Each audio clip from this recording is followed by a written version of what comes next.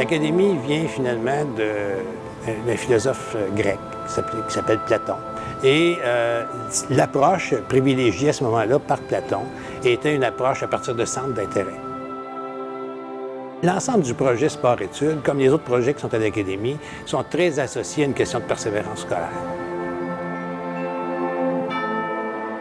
Le rêve a commencé avec une phase, la phase 1. Et là, on a vu par le succès de cette première phase, qui, disons-le, est assez unique dans son sens par le partenariat qu'il y a alentour de la phase 1 et des phases subséquentes, bien sûr. Le but premier de sport-études était que le jeune puisse avoir une vie normale avec ses amis, avec sa famille, qu'il puisse profiter de tout ça et être capable de pratiquer son sport au niveau où il voulait. Et sport-études leur a donné ça. Avec le sport-études, c'est vraiment une belle organisation parce que s'il n'y avait pas ça, les gymnastes, on ne serait pas capable de se rendre au niveau qu'on est là parce que ça prend gros d'heures d'entraînement. Puis en dehors de l'école, ça serait vraiment dur d'atteindre ce niveau d'heures-là. Je fais 12 heures de jeu par semaine grâce au programme. Puis hors programme, j'en ferais seulement, je pense, 6. Donc c'est le double. Le programme de musique, c'est celui avec la meilleure équipe. Surtout aussi qu'on a tout le temps, à chaque jour, 2 heures de musique en plus de l'académique le matin. Ce qui fait que plus qu'on pratique, plus qu'on devient bon. Moi, à 17 ans, je suis parti de la maison, j'étais rendu à Montréal pour le baseball parce qu'il n'y avait pas de structure ici. Aujourd'hui, maintenant, il y a 100 joueurs de baseball qui s'entraînent à Trois-Rivières, qui partent de leur milieu puis s'en venir ici. Mais les joueurs de notre région ont les infrastructures. On a de plus en plus d'entraîneurs qui sont renommés de niveau national. Donc, ça fait en sorte qu'on a une rétention d'athlètes chez nous.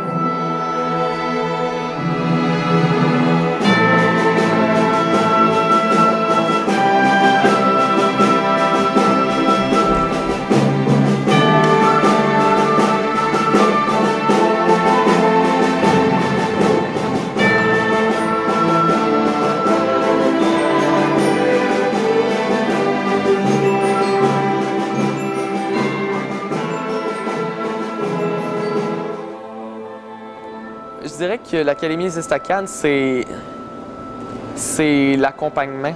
Les profs, les professeurs, une chance qu'ils étaient là.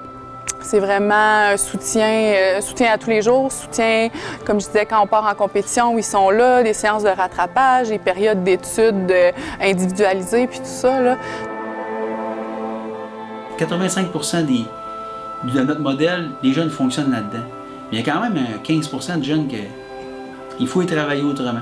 Puis c'est là que nous, notre travail commence. La structure sport-études, est-ce qui se vit ici à l'Académie? Je pense que ma motivation vient de tout ça, du monde du sport, des valeurs inculquées dans le sport. D'être capable maintenant de les vivre au quotidien, c'est un privilège. Si nous, on peut vous aider à devenir des bons pères de famille, on va faire une job pas pire. Quand on allait sortir de l'Académie des Estacades, vous n'avez pas un diplôme de football. Vous allez avoir un diplôme d'études secondaires. Il y a un autre accomplissement. Tu n'as pas atteint ton but, mais selon moi, avec le travail que tu as mis, puis si vraiment tu veux l'atteindre ton but, tu vas te relever. C'est en te relevant que tu vas montrer ton caractère et ta personnalité.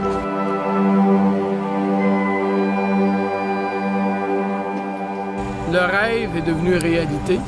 Et ce qu'on peut retenir de cette aventure, c'est que si on n'a pas de rêve, c'est difficile d'avancer. En une phrase, le projet des Estacades, ce que c'est devenu pour moi, c'est une trace importante dans l'histoire d'une communauté, avec une grande vision et un désir de se battre. Et puis, si on réussit à multiplier ça, puis qu'ici, ça sert exemple, puis c'est un levier pour faire lever la même chose partout ailleurs, bien, le Québec sera un jour un des meilleurs endroits au monde pour faire grandir des jeunes.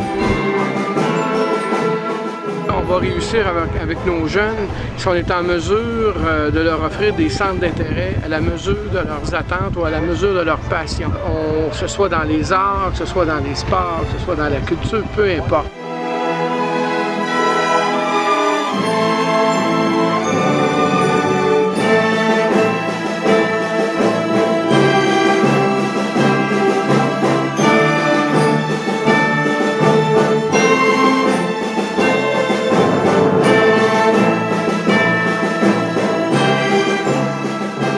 pense que la réussite pour moi, c'est simplement d'être heureux dans ce qu'on est, dans ce qu'on fait,